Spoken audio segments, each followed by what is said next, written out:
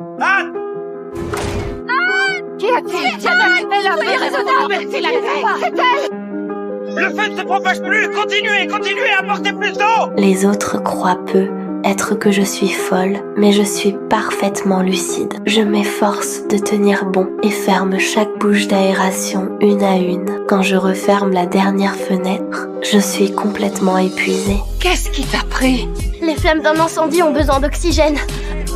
Il faut fermer les portes et les fenêtres pour les étouffer. T'es divine, Anne.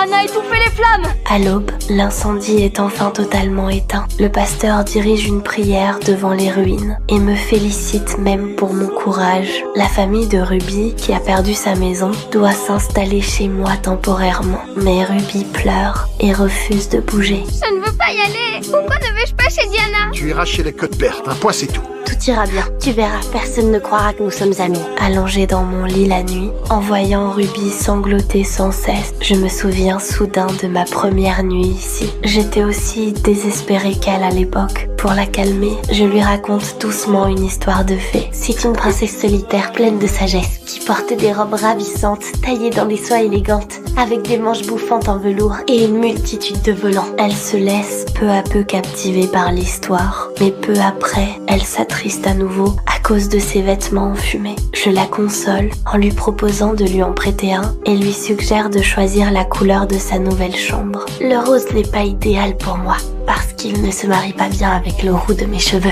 Mais toi, tu serais si belle dans une chambre rose. Quelques jours plus tard, le quartier aide la famille Gillis à reconstruire sa maison. Tous les voisins viennent donner un coup de main. Ruby et moi apportons des scones tout juste cuits pour les remercier. Mais des garçons sur le toit se moquent de nous. Voilà la folle et sa nouvelle meilleure amie.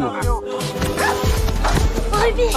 Ils sont bonnes à rien toutes. Et si tu me donnais plutôt ce marteau pour que je finisse ce toit, puisque tu es trop occupé à être un idiot pour le faire? À ce moment-là, Gilbert accourt et relève Ruby. Effrayé, il ramasse son chapeau tombé, les poussette et le lui rend. Il se comporte comme un véritable gentleman. Pour aider tout le monde à surmonter le traumatisme de l'incendie, nous avons créé un club d'histoire. Nous partageons tour à tour les textes que nous avons écrits. Il ne me vient aucune idée. J'en ai en abondance si tu manques d'inspiration. Que dirais-tu d'un conte divinement romantique et affreusement tragique?